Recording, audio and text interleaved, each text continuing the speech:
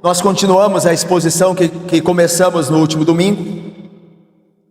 Evangelho segundo João, capítulo de número 19, de 1 a 11 será a nossa leitura. Nós faremos a leitura, depois nós oraremos a Deus para que nos abençoe na pregação da palavra do Senhor que foi lida. Diz o texto sagrado, irmãos: então por isso Pilatos tomou a Jesus e mandou açoitá-lo. Os soldados, tendo tecido uma coroa de espinhos, puseram-lhe na cabeça e vestiram-no com um manto de púrpura. Chegavam-se a ele e diziam: salve, rei dos judeus, e davam-lhe bofetadas. Outra vez saiu Pilatos e lhes disse: eis que eu vou-lo apresento, para que saibais que eu não acho nele crime algum. Saiu, pois, Jesus, trazendo a coroa de espinhos e um manto de púrpura. Disse-lhes Pilatos: eis o homem. Ao verem-no, os principais sacerdotes e os seus guardas gritaram: crucifica-o, crucifica-o. Disse-lhes Pilatos: tomai-o vós outros e crucificai-o, porque eu não acho nele crime algum. Responderam-lhe os judeus: temos uma lei, e de conformidade com a lei ele deve morrer, porque a si mesmo se fez filho de Deus. Pilatos, ouvindo tal declaração, ainda mais atemorizado ficou, e tornando a entrar no pretório, perguntou a Jesus: de onde és tu? Mas Jesus não lhe respondeu, ou não lhe deu resposta. Então Pilatos o advertiu: não me respondes? Não sabes que tenho autoridade para te soltar e autoridade para te crucificar? Respondeu Jesus: nenhuma autoridade terias sobre mim, se de cima não te fosse dado. Por isso, quem me entregou a ti, maior pecado. Vamos orar, irmãos. Deus santo e bendito, tua palavra foi lida, ela é a verdade, infalível, inerrante. Pai, abençoa-nos, ó Deus, agora pelo teu Santo Espírito, aquele que inspirou a palavra e é poderoso para aplicá-la ao nosso coração e nos fazer crer em Cristo, em sua glória, em seu amor, ó Deus. Ó Deus, dá-nos a graça de não rejeitarmos tamanho privilégio de ouvir tua palavra, ó Deus. Abençoa-nos a responder como devemos, em amor e obediência, fé e confiança, descanso, ó Deus, no Senhor. Assim nós oramos, em nome de Jesus, com perdão dos pecados. Amém. Meus irmãos, nós vimos que mesmo Jesus inocente das acusações feitas a ele, Pilatos covardemente agora manda açoitá-lo. Pilatos sabia, irmãos, que Jesus era inocente. Ele já havia declarado isso àqueles judeus que o haviam a Jesus entregado. Mas então agora, irmãos, Pilatos, tentando meio que apaziguar a ira daqueles judeus, a sanha deles em ter Jesus crucificado, envia Jesus para ser açoitado. E nós vimos isso no domingo passado. Por isso eu passo aqui, neste ponto, mais rápido um pouco, porque nós estamos, de certa forma, revisando, relembrando o que vimos no domingo passado. Diz o texto que no versículo 2, os soldados, tendo tecido uma coroa de espinhos, puseram-na na cabeça e vestiram-no com um manto de púrpura. A ideia aqui de zombaria, irmãos, Leidir querida, e a minha irmã Vanessa e Cida e Natália, a ideia, Gabriel e Emerson e Daniel e Victor, é que aqui eles estão zombando do Senhor Jesus. Ele não era o rei dos judeus, então ele merece uma coroa, e lhe deram uma de espinhos, e depois ele também precisa de um manto, como os reis vestem. E tirando uma das suas capas, os soldados romanos tinham suas capas vermelhas, colocaram uma sobre ele, e então zombavam dele, dizendo: salve, rei dos judeus. E enquanto se levantavam, porque a ideia aqui é que eles fizeram uma fila e ajoelhados zombavam dele: ó rei dos judeus, e levantavam, o feriam com socos, tapas e bofetadas. Nós vimos assim que se cumpriu o que Isaías disse: profeta, muito tempo antes, pela palavra de Deus, que é a verdade, inspirado pelo Espírito. O Messias, lá em Isaías, diz: oferecia as costas aos que me feriam as faces, aos que me arrancavam os cabelos. Não escondi o rosto aos que me afrontavam e me cuspiam. Isaías 50, verso 6. Bom, irmãos, Pilatos, como nós vimos, imaginava que ao entregar Jesus para ser açoitado, ele conseguiria aplacar a ira dos judeus. Os judeus se dariam por satisfeitos. Roberto, olha, ele foi açoitado, basta, chega, vamos acabar com isso. Esse homem é inocente, ele não merecia nem o açoite que mandei de fato executar sobre ele. Agora, esqueçam isso. Pilatos poderia ter imaginado que com Jesus açoitado, os judeus iriam ir para suas casas. Jesus não precisaria ser de fato penalizado ou executado através da crucificação. No Evangelho de Lucas, diz o texto o seguinte: então pela terceira vez Pilatos lhes perguntou: que mal fez este homem? E continuou Pilatos: de fato nada achei contra ele para condená-lo à morte. Portanto, depois de o castigar, e aqui é a referência aos açoites, soltá-lo-ei. Vou castigar ele. Ele nada fez para ser castigado. Daí mostra o erro de Pilatos, um dos erros dele, a injustiça que ele está cometendo. Nada fez para ser açoitado, mas eu vou açoitá-lo. Saibam que depois eu vou libertá-lo. Mas vamos ver como se deu. O plano de Pilatos era uma coisa, se isso ia de fato vingar, era outra completamente diferente. Versículo de número 4 diz assim: outra vez saiu Pilatos, aqui é da ideia do pretório, do seu palácio. Ele disse aos judeus que lá estavam, os líderes judeus: eis que eu vou-lo apresento. A ideia aqui, Jesus já tinha sido a primeira vez fustigado com açoites, para que saibais que eu não acho nele crime algum. Saiu, pois, Jesus trazendo a coroa de espinhos e o manto de púrpura. Disse-lhes Pilatos: eis o homem. Irmãos, nós vimos domingo passado aqui, o Deus homem nos amou. Jesus Cristo veio em carne, e Pilatos, o gentio Pilatos, a autoridade romana do maior império da terra na época, o Império Romano, ele deu testemunho: eis o homem, ele é o homem, eis o homem. O Deus santo e bendito se encarnou na pessoa de seu Filho, a segunda pessoa da Trindade, e ele veio tomar o nosso lugar, e ele morreu pelos nossos pecados, o homem pelos homens, o homem santo e justo pelos homens pecadores, e vis Jesus Cristo, o homem, eis o homem. Bendito seja o Salvador Jesus Cristo, aquele Deus poderoso eterno que se encarnou para tomar o nosso lugar, homem como eu e você, porém sem pecado, o Cordeiro perfeito do qual o Antigo Testamento dissera: o Cordeiro sem mácula, o Cordeiro sem defeito, no lugar dos pecadores. Jesus Cristo, o homem, eis o homem. Jesus Cristo é Deus, Jesus Cristo é homem. Ele tinha que ser homem para morrer no meu e no seu lugar. Só um homem poderia pagar a dívida da humanidade. Então Deus se fez carne e habitou entre nós. E Pilatos também deu testemunho disso: eis o homem. Irmãos, o texto continua no versículo 6: ao verem-no, os principais sacerdotes e os seus guardas gritaram: crucificam-o, crucificam. Irmãos, Pilatos descobriu agora no texto, e naquele momento, naquele evento, naquele dia, que a ira dos judeus não poderia ser facilmente aplacada.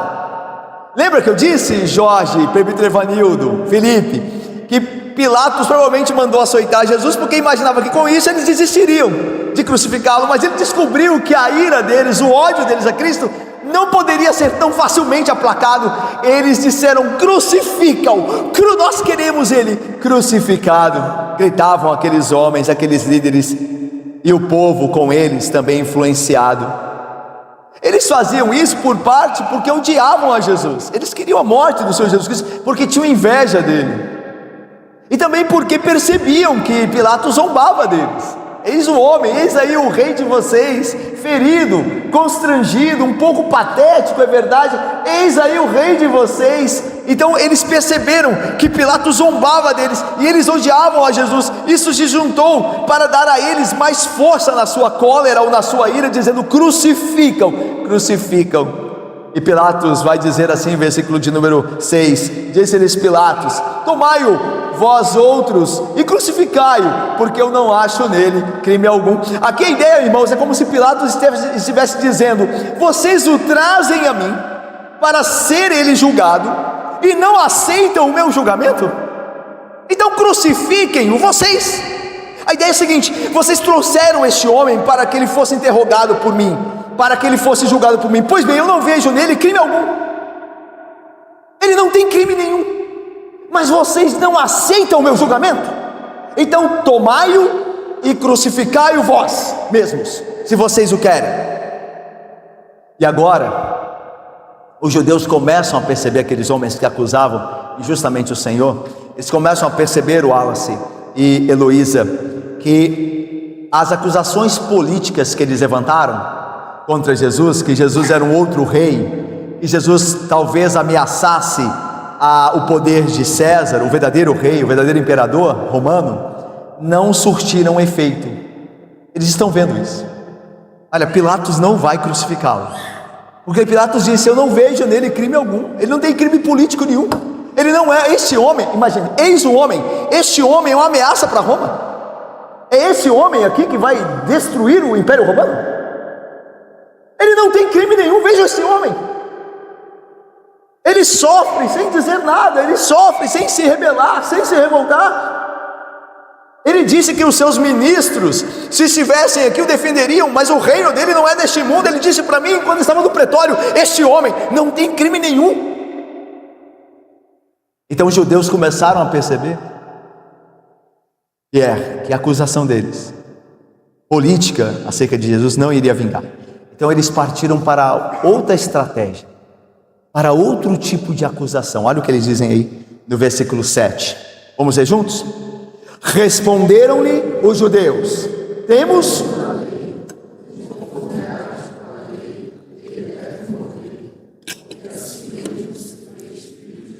Agora eles partem para uma acusação religiosa. Nós temos uma lei, e aqui é uma referência à lei de Moisés, é a lei da religião de Israel. Nós temos uma lei, e segundo essa lei que nós temos, este homem deve morrer, porque ele fez-se a si mesmo filho de Deus. Ele fala ser o filho de Deus.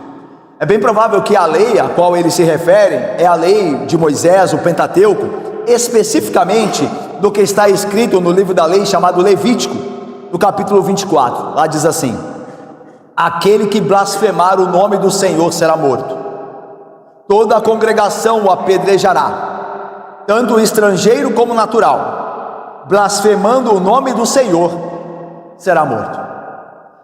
Meus irmãos, para os judeus, quando Jesus diz ser o Messias, o Filho de Deus, ele está blasfemando. Para os judeus aquilo era uma blasfêmia. Nós sabemos pelo testemunho da Bíblia e o testemunho interno do Espírito Santo que inspirou a Bíblia, que ele dizia a verdade como de fato é, ele é o Filho de Deus. Mas para os judeus aquilo era uma blasfêmia. É verdade que os reis do Antigo Testamento eram chamados filhos de Deus, é verdade. Você lembra que quando Deus aparece a Davi, ele fala da descendência de Davi e fala de Salomão também. Ele diz assim, Deus diz a Davi: ele, o seu descendente, ele será chamado meu filho, será chamado meu filho, e eu lhe serei por pai. Se ele pecar, o corrigirei com açoites. Ou seja, como um pai que ama o filho, corrige. Então a ideia de que os descendentes de Davi, os reis de Israel, eram chamados filhos de Deus. Só que os judeus entendem que quando Jesus reivindica para ele a messianidade dele, que ele é o Messias, o filho de Davi prometido, ele está reivindicando ser mais do que apenas um descendente de Davi. Ele está reivindicando ser realmente o Filho de Deus, o Deus encarnado, o Deus supremo, da mesma natureza. E é isso mesmo, os judeus não entenderam errado. Jesus não está reivindicando ser apenas um descendente de Davi, mas o descendente de Davi, o grande rei eterno, aquele que cumprirá todas as promessas de Deus a Davi. Tanto que lembra que Deus prometeu a Davi assim: eu vou levantar um descendente na tua casa e o reino dele será eterno. Como? Não é Salomão, Salomão morreu. Não foi logo após Salomão, Roboão. E os reis todos de Israel, todos eles morreram, os reis de Judá. Mas Cristo ressuscitou dos mortos, sentou-se à destra de Deus e reina. O reino dele será eterno, desse descendente de Davi, o descendente. Então, quando Jesus reivindicou para ele ser o Messias, ele está mais do que falando que ele é apenas mais um filho dentre os filhos de Davi. Ele é o filho do próprio Deus. Tanto que lemos lá antes no interrogatório às escuras, no Sinédrio, quando perguntaram para ele: és tu o Messias, o filho do Deus vivo? E ele respondeu: eu sou. E vereis os céus abertos e o Filho do Homem em pé à destra de Deus. Eu sou. És tu o Messias? Diga-nos. És o Filho de Deus? Eu sou. E vereis os céus abertos e o Filho do Homem em pé à destra de Deus. Aí os judeus disseram: do que precisamos mais nós? Blasfemou! Blasfemou! E rasgou a veste o sumo sacerdote. É digno de morte. Agora eles usam todo esse contexto religioso e dizem a Pilatos: nós temos uma lei aqui, e nesta lei diz que aquele que se diz filho de Deus blasfema e deve morrer. Mas por que Pilatos tinha que cumprir com essa lei? Lembram? Pilatos não tinha muito a ver com a religião, ele nem queria saber, a gente falou disso aqui, ele nem queria saber do que os judeus criam, deixavam de crer, isso não interessava para ele. Só que o procurador romano, o governador romano, ele tinha que zelar pelas leis do local onde Roma de fato estava estabelecida, para a boa ordem. Ele tinha que fazer, era uma política de Roma, ele tinha que fazer cumprir as leis locais. Então, se um povo dominado por Roma tinha uma lei, e essa lei não interferia diretamente na política de Roma, o governador romano tinha que fazer valer a lei, e tipo, para boa ordem, porque se começasse a quebrar a lei daquele local, daquele povo, o povo poderia se rebelar contra Roma. Então, para manter a ordem, cumpria-se a lei do povo, desde que essa lei não interferisse nos planos políticos de Roma. E aqui era o caso. Ele tem que morrer porque ele quebrou a nossa lei. Então Pilatos começa a verificar isso. Mas há uma coisa aqui, como o texto diz, que deixa Pilatos preocupado. Mas antes de ir a isso, nós vamos aplicar uma coisa importante aqui na nossa vida, nesse texto inspirado por Deus, quando os judeus gritam: crucificam, crucificam, crucificam.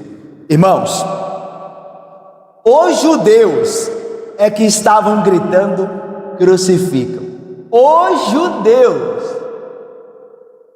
Como temos visto até agora, mesmo Pilatos, o gentio, procurava livrar Jesus, enquanto os judeus, Sanira, os judeus gritavam: crucificam, crucificam. Pilatos, que era um gentio, que nada tinha a ver, a princípio, com aquela história, está tentando, mesmo que de maneira falsa, de maneira errônea, de maneira hipócrita, livrar Jesus, mas ainda assim está tentando fazer algo na sua fraqueza.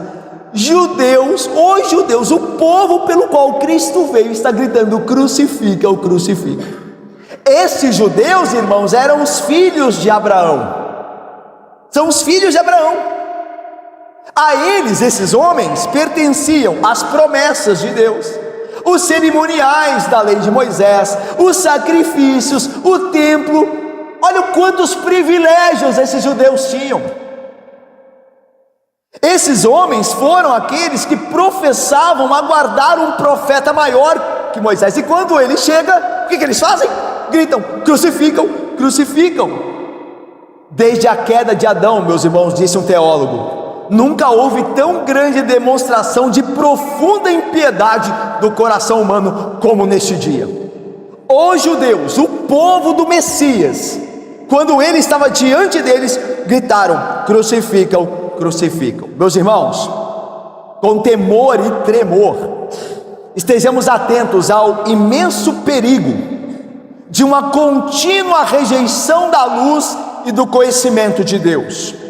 Esses homens, irmãos, que gritavam crucificam naquele dia Jesus Cristo, esses homens foram abençoados por luz divina, por conhecimento espiritual. Eles tinham tudo, a gente acabou de dizer aqui, filhos de Abraão, receberam a lei de Moisés, Deus os enviou os profetas, eles tinham o templo, eles tinham os sacrifícios, eles tinham as ordenanças, os cerimoniais, e eles negaram, eles não aproveitaram tudo isso. Portanto, irmãos, existe realmente um perigo quando nós temos diante de nós a palavra de Deus, a instrução, a bênção do Evangelho, pessoas crentes ao nosso redor, uma igreja fiel, um ministro fiel, líderes espirituais e piedosos, e nós continuamos rejeitando o conhecimento de Deus e a fé em Cristo e a obediência devida a Ele. Há um perigo nisso tudo e nós devemos percebê-lo nesta manhã. Realmente existe um julgamento imposto na forma de cegueira espiritual. Eu vou lhes dizer, meus irmãos, uma coisa que todos nós deveríamos temer e tremer diante dela. É quando nós estamos na igreja domingo após domingo e nada muda na nossa vida, e aqueles pecados de outrora ainda continuam em nós, e nós nem mais lutamos contra eles. Sabe o que está acontecendo? Você fala assim, você pode pensar assim: o juízo de Deus ainda virá sobre mim. Não, ele já chegou. Ele não virá, não, ele já chegou. Porque a cegueira espiritual é um juízo de Deus. Se eu e você estamos aqui ouvindo o Evangelho e a sua vida não muda, você está já sob juízo. Ele não vai chegar em você. É claro que o ápice desse juízo, todo aquele que não crê no Filho de Deus e manter-se resistente e rebelde, experimentará. Mas esse juízo já começou. Olha o que Isaías disse, Deus disse a Isaías, ele registrou como juízo de Deus ao povo, que ouviria a voz do profeta, mas não creria. Olha o que Deus diz, olha a maldição que Deus colocou sobre eles: ouvi, e não entendais, vede, mas não percebais.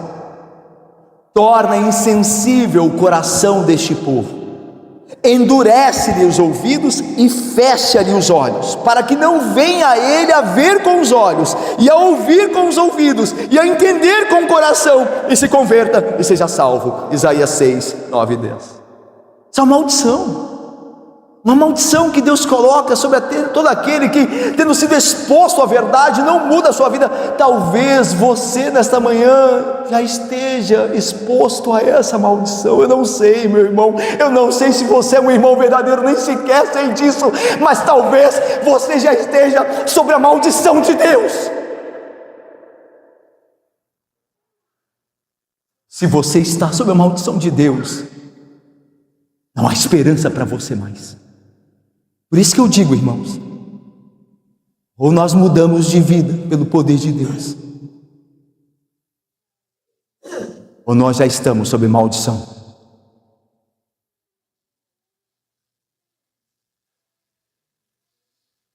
Devemos orar para que estejamos isentos de tamanha cegueira espiritual, como os judeus naquele dia, como muitos hoje. Pois não existe pior julgamento da parte de Deus do que sermos entregues a nós mesmos, ou a impiedade dos nossos próprios corações. Não existe pior juízo, irmãos, do que nós sairmos desta manhã aqui do dia do Senhor, no culto do Senhor, e voltar agora para os nossos pecados. Isso é um juízo de Deus. Você ouviu a verdade nesta manhã e você vai voltar para a sua casa. Se você voltar aos seus pecados, você saiba, você está debaixo do juízo de Deus, porque nada mudou na sua vida. E você tem rejeitado a verdade, você não tem dado ouvido a ela, você não a julga importante, a coisa mais importante. As seguintes palavras de Deus deveriam causar em nós bastante pavor. Olha o que diz Deus: mas porque clamei e vós recusastes, porque estendi a mão e não houve quem atendesse. Antes rejeitastes todo o meu conselho e não quisestes a minha repreensão. Também, diz o Senhor, eu me rirei na vossa desventura, e vindo o vosso terror, eu zombarei. Provérbios 1, 24 a 26. Porque vocês não quiseram a repreensão, porque vocês não abandonaram o pecado, vocês zombaram dessas coisas, vocês acharam que essas coisas não eram importantes. Quando vier o terror sobre vocês, diz o Senhor, eu não responderei. É por isso que a Bíblia fala, meus irmãos, que hoje é o dia da salvação. Hoje é o dia da salvação. Talvez você esteja a um passo dessa condição maldita, a um domingo dela. Há uma resposta para que Deus para sempre te abandone.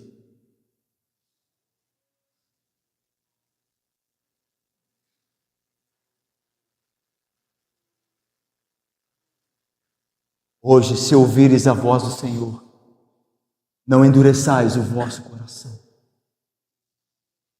Hoje é o dia da salvação. O amanhã é o dia do louco. Amanhã pedirão a tua alma. Amanhã você pode desgraçar a sua vida para sempre. Hoje mesmo você pode fazer isso, se você sair daqui sem Cristo. Muitos caíram, muitos tombaram. Por que você acha que eu e você somos diferentes?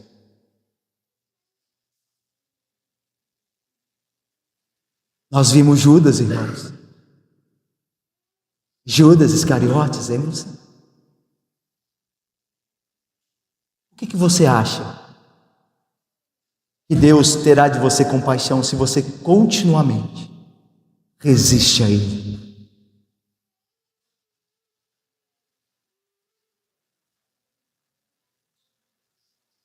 Vamos continuar o texto? Versículo 8. Os judeus disseram então, no versículo 7, olha, este homem deve morrer porque nós temos uma lei que diz que se alguém se fizer um filho de Deus, esse alguém deve ser morto, é blasfêmia. Agora veja o versículo 8. Vamos ler juntos? Versículo 8. Leiamos juntos. Pilatos ouviu.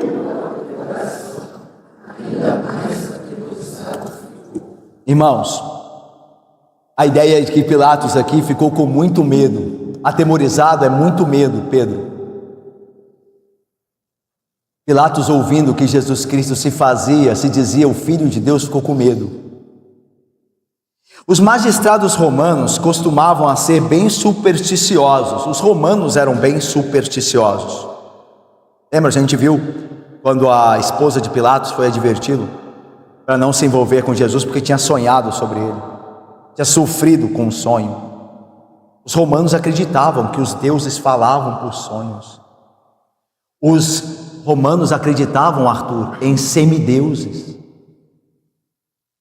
Será Jesus um semideus? Como a mitologia romana, greco-romana acreditava? E Pilatos estava em aperto se fosse, porque Pilatos tinha acabado de mandar açoitá-lo. Não é um bom negócio açoitar alguém que é divino, certo? Ele pode ter poder para te destruir. Então ele ficou com muito medo, muito medo. E diz o texto no versículo 9: então, tornando a entrar no pretório, perguntou a Jesus: de onde és tu? Vocês estão vendo? E mesmo o gentio Pilatos, mesmo o ímpio Pilatos, reconhece na sua cegueira que Jesus é um homem que não é um homem apenas. Eis o homem. Ele é um homem, mas ele parece ser muito mais. De onde és tu? Onde és tu? Embora você é um homem, sujeito a açoites, a fustigação, onde você é? Por que você mantém essa calma? Que reino é esse? de outro mundo, da onde você é? E o texto diz que Jesus não lhe deu resposta. Por que Jesus não deu resposta a ele? Pilatos era alguém que estava mais preocupado consigo mesmo do que com a verdade e a justiça. Pilatos não está perguntando a Jesus para saber a verdade. Pilatos está querendo saber algo de Jesus para salvar a pele dele, porque ele está pressionado pelos líderes judeus. Ele pode ter uma revolta na Judéia, e isso pode custar não só o cargo dele, como a cabeça dele. E ao mesmo tempo a esposa dele veio avisar ele: os deuses me deram um sonho para você não mexer com esse justo. E ele está com a consciência pesada, e ele diz: onde você é? Eu estou apertado aqui, da onde você vem?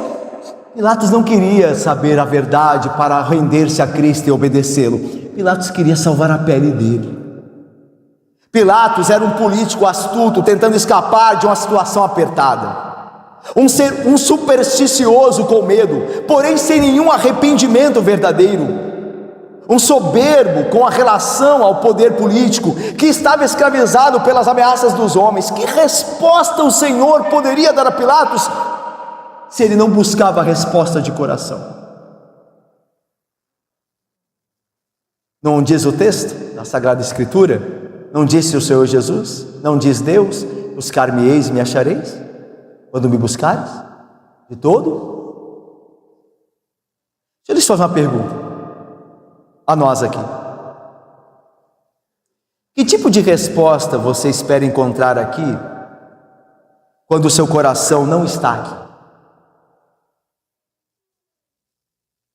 Você acha que Jesus, o Senhor Jesus, vai falar alguma coisa a você e a mim hoje, se o seu coração não está nele?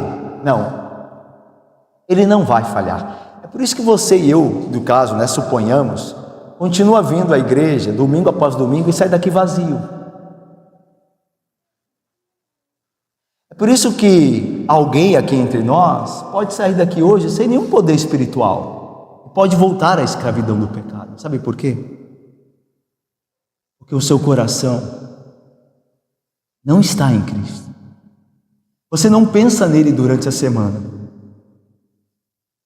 Você não se importa em ler a sua palavra nos dias de semana. Você sequer ora a ele. Que resposta você espera receber dele hoje? Eu lhe digo: nenhuma resposta você irá receber. Ele se manterá como naquele dia, diante de Pilatos, e não lhe respondeu coisa alguma.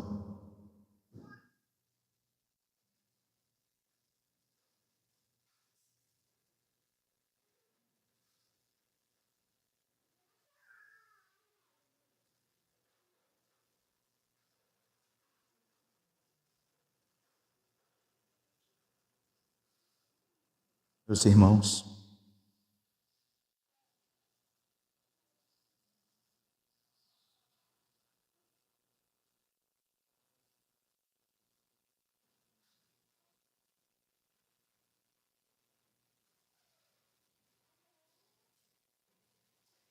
se seu amor está nos seus pecados, se sua preocupação é mais sobre o que os homens pensam de você do que o que Deus pensa sobre você, se você anda agitado por muitas coisas, menos pelo que mais importa, então você não terá resposta nenhuma do Salvador, até que você o busque de todo o seu coração.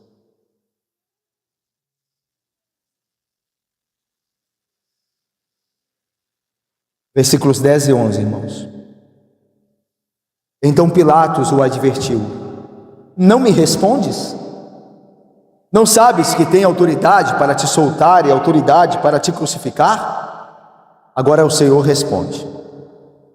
Mas não responde para dar salvação a Pilatos, porque ele mesmo não buscava a salvação. Responde para deixar claro o que está acontecendo ali.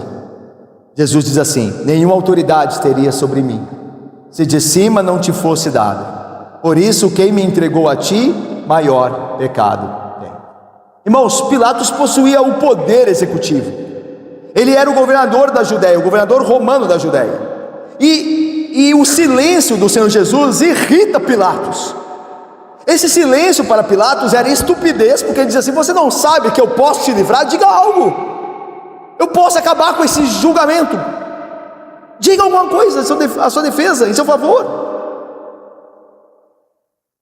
Para Pilatos, o silêncio do Senhor era estupidez, ou na melhor das hipóteses, uma teimosia irritante. O homem não quer dizer nada. E então o Senhor Jesus responde o que nós vimos. O Senhor Jesus diz a Pilatos, que disse, né: eu tenho autoridade para isso. E Jesus responde: nenhuma autoridade teria sobre mim se de cima não te fosse dada. Deixa eu lhes falar, irmãos, sobre algo consolador e confortante. Às vezes, você que é crente, você cai na mão de pessoas ímpias e que colocam sofrimento sobre você, dificuldades, provações. Às vezes isso é no trabalho, às vezes isso você é fustigado por ímpios na sua família, às vezes na sua igreja, né? A igreja às vezes não tem só pessoas crentes, né? Pessoas ímpias também, misturados o joio com o trigo. Mas o ponto aqui é o seguinte: é que nada vai acontecer a você, mesmo que você estiver debaixo da mão dos ímpios, sem que o Senhor Deus permita. Às vezes você está fraco na fé, você está confiando muito no seu poder, na sua influência, no seu dinheiro, no seu status, e você é um crente, mas você está fraquejando nisso. Aí o Senhor faz o que? O Senhor Deus, na providência dele, ele pode te colocar sob o poder de um ímpio. Um ímpio começar a te perseguir, te prejudicar, te atrapalhar. E isso o Senhor usará para te conduzir a Ele novamente, para que você clame ao Senhor. Depois de muito tempo que você nem mais clamou, você volte a clamar a Deus e perceba a sua necessidade vital do Senhor. Você não pode viver sem Ele, a despeito de sua riqueza, influência, família e outras coisas. O Senhor está por trás dos sofrimentos que Ele impõe ao seu povo, como a mão do Senhor estava por trás do que estava acontecendo com Jesus. Jesus diz a Pilatos: é verdade que você tem autoridade sobre mim, mas nenhuma autoridade você teria se de cima não fosse te dado. Eu só estou aqui debaixo da sua autoridade neste julgamento injusto porque o meu Pai permitiu assim e decretou assim, senão eu não estaria aqui. Mas se o que eu estou passando, é da vontade do meu Pai que eu passe, que Ele me coloque debaixo da sua autoridade. Mas há alguém acima de você, há alguém que tem mais poder de você. Deixa eu lhes falar, vocês estão vendo as injustiças que, ora mais, ora menos, sempre estão sendo realizadas no nosso país pelas autoridades, certo? Você pode ser daqueles que se senta na frente da televisão e fica: onde vamos parar com essa injustiça toda, certo? Eu faço coro com vocês. Só que nós sabemos que tudo o que tem acontecido, e todos aqueles homens que lá estão fazendo suas injustiças, só as estão fazendo porque Deus tem um plano, e Deus é que permite. Por isso nós, e eu já falei disso aqui há muito tempo atrás, eu volto a falar, por isso nós vivemos confiantes. Embora, obviamente, não alegres com a injustiça, pelo contrário, mas nós não nos desesperamos, como se tudo estivesse perdido, porque o Rei está assentado no seu trono, e os homens só fazem o que fazem pela permissão dele, para serem julgados por ele, por sua responsabilidade, a responsabilidade dos homens pelas quais cometem injustiças, mas dentro do plano de Deus. Nós confiamos. Nós não nos desesperamos, nós estamos sempre felizes na presença de Deus e alegres, satisfeitos, confiantes, mesmo que chorando, certos de que Deus fará justiça finalmente. É isso que Jesus está falando para Pilatos: você só tem autoridade sobre mim porque de cima lhe foi permitido ter, de cima lhe foi dado. Meu Pai sabe tudo o que me acontece, e você não tem poder de fazer nada contra mim, a não ser que meu Pai queira, por um motivo justo. Lembre-se disso. quando você estiver sofrendo alguma perseguição, lembre-se que aquilo é da vontade de Deus, e dirige toda a providência para a sua bênção espiritual, para a sua piedade e a sua fé nele crescer. Lembre-se disso, ok? Vou terminar, irmãos. Pilatos diz assim, o texto: eu tenho autoridade para te salvar, te soltar ou para te crucificar? E Jesus diz que ele tem, mas de cima ele foi dado, e que ele não teria se Deus não tivesse dado. E Jesus completa no final: por isso quem me entregou a ti, maior pecado tem. Quem que é esse? Quem que é esse que tem maior pecado? É interessante que Pilatos tinha pecado. Jesus dizia assim: quem me entregou a ti, maior pecado tem. Você também tem pecado, mas quem me entregou a você tem maior do que você. É um pecado maior, mas você também tem. Você devia ter me soltado já. Você já viu que eu não tenho crime nenhum? Mas você tem pavor dos homens, temor dos homens. É por isso que você não faz o que é certo. É por isso que você não faz o que tem que fazer, porque você teme homens.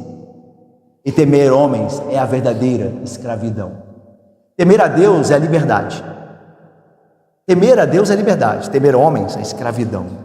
Talvez aqui entre nós haja alguns que temam homens, e ficam preocupados de tomar uma posição ao lado de Cristo, e fazer a vontade dele, por causa do que os homens vão dizer, do que como é que vão olhar para você, de como é que vão achar. Não se preocupe com isso, preocupe-se em conhecer a vontade de Deus e fazê-la, e faça. Deus está ao teu lado. Se o Senhor é por nós, quem será contra nós? Quem nos poderá fazer o mortal se Deus é por nós? E ainda que possam fazer mal ao meu e o seu corpo, nós deveríamos temer antes aquele que pode fazer perecer no inferno tanto o corpo quanto a alma. Nós seremos sábios se nós temêssemos mais a Deus do que aos homens, porque Deus pode fazer não só mal ao corpo, mas à alma e eternamente. Os homens podem te fazer sofrer agora, por um breve tempo, depois a glória eterna. Mas Deus pode lançar a alma no inferno para nunca mais sair de lá, sob a ira dele eternamente. Não tema o homem, ele não pode fazer nada. Tema a Deus, faça a vontade de Deus neste mundo mau, e espere, lembre-se disso, espere que ao fazer a vontade de Deus, os homens se voltem contra você, dentro e fora da igreja. Não se engane, dentro e fora da igreja. Aliás, o Senhor Jesus Cristo foi perseguido pelos da igreja, pelos religiosos, pelos judeus. Não estranhe quando alguém dentro da igreja achar que você está sendo radical demais. Faça a vontade de Deus sincera e prontamente. Confie no Senhor, Ele será o seu escudo e o seu refúgio, e Ele basta. Ele basta. Tema a Deus e você será livre, verdadeiramente livre. Tema o homem e você será nada mais, nada menos que um escravo. E lembre-se que os homens costumam ser um senhor malvado, terrível. Tema a Deus, não tema homem algum no lugar de Deus. Quem era aquele que tinha maior pecado? Provavelmente Caifás. Lembra-se dele? E Jesus esteve com ele antes de estar diante de Pilatos? Um dos evangelhos sinóticos dizem que quando Jesus ficava famoso entre o povo, os principais sacerdotes se reuniram e começavam a pensar no que fazer a Cristo Jesus. E então Caifás, diz o texto, tomando a palavra, disse assim: vocês nada entendem. Vocês não sabem que esse homem deve morrer? Se esse homem não morrer, todo o nosso povo estará em perigo. Roma virá sobre nós e nos destruirá. Esse homem, Jesus de Nazaré, está levantando o povo contra nós e contra Roma. E nós perderemos o nosso local e Roma nos tomará agora definitivamente. Este homem deve morrer. E aí o texto diz: a partir de então, eles passaram a tramar de que forma matariam Jesus. Deixa eu lhes falar e eu termino aqui.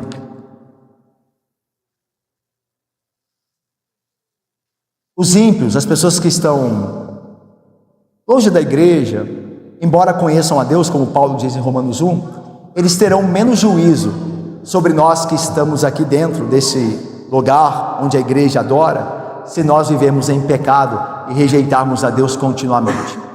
Os ímpios terão o juízo de Deus, mas nós aqui, eu e você, teremos mais ainda se estamos aqui sem arrependimento verdadeiro. Por isso Jesus diz: você tem pecado, mas quem me entregou a você, maior pecado tem. Os que conhecem a religião verdadeira e não creem em Jesus, e não creem na luz, têm o maior pecado, e será cobrado desses mais do que de qualquer outro. Deixa eu lhes falar, irmãos, eu termino. Ninguém será mais cobrado, por exemplo, que um pastor. Ninguém será mais cobrado por Deus do que um pastor. Não é ele o ministro da palavra? Não é ele que, por meio de quem Deus fala à igreja? Não é ele o representante de Deus quando é fiel à palavra? Quem receberá maior juízo?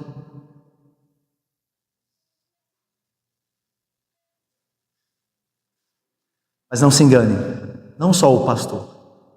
Primeiro ele, se não viver em santidade e piedade, em sinceridade. Mas todos aqueles que dizem pertencer a Cristo, mas não fazem de coração, esses maior pecado têm. Cristo pode te livrar do pecado hoje, sabia? Hoje Ele pode fazer isso. Ele está pronto a fazer. Ele pode perdoar todos os seus pecados, todos eles. Ele pode te dar alegria plena nele, hoje e sempre. Ele pode, de fato, te perdoar dos seus pecados do passado, do presente e dos que vão ainda vir. Porque o sangue dele nos purifica de todo o pecado. Ele pode te livrar da condenação, da morte, hoje mesmo. Ele pode te livrar da culpa, que você se entregou a ele e creu que ele pagou o preço por você. Ele pode fazer de você, pecador, alguém mais do que feliz, alguém bem-aventurado eternamente. Ele pode fazer isso, ele tem todo o poder. As ameaças do evangelho reais podem, de fato, desaparecer se você crê naquele que foi castigado no seu lugar. Essas ameaças não valem mais para você, porque você se entregou a Cristo verdadeiramente. Você creu nele e o ama de todo o coração, mesmo que de maneira falha, mas você o ama. Você tem um amado, mesmo um pecador como você é e eu sou. E ele sabe disso, porque ele conhece o coração. A esperança eterna hoje, para mim e para você, se nós nos entregarmos a Cristo e não resistirmos à sua luz, à sua palavra. Ele pode te salvar hoje. Eu não sei se você é salvo. Talvez você não seja salvo ainda. Talvez você venha à igreja como aqueles judeus iam às sinagogas. Mas Ele pode te salvar hoje. Entregue-se a Ele de coração, sinceramente. Faça dele, do Senhor Jesus, a sua vida. Sua vida. E você terá certeza, descanso para a sua alma. Porque Ele jamais joga fora todo aquele que venha nele. Ele jamais rejeitará o pecador que se entrega a Ele. Jamais Ele fará isso. Ele cuidará de nós. É o fim. Vamos orar. Ó Deus Santo e bendito, obrigado por Jesus Cristo, nosso Senhor, pelo que Ele sofreu em nosso lugar, ó Deus. E nós cremos o seu sofrimento, morte e ressurreição a favor de nós. Nós te louvamos, ó Pai, ajuda-nos, Pai, a não desprezarmos a luz que brilha sobre nós, a luz de Cristo, a sua palavra, ó Deus. Ajuda-nos a responder verdadeiramente, de maneira sincera e pronta, em confiança, em esperança em Cristo, em obediência, em gratidão, em fé verdadeira. Ajuda-nos, ó Deus, nós te clamamos, Em nome de Cristo Jesus, com perdão dos pecados. Amém.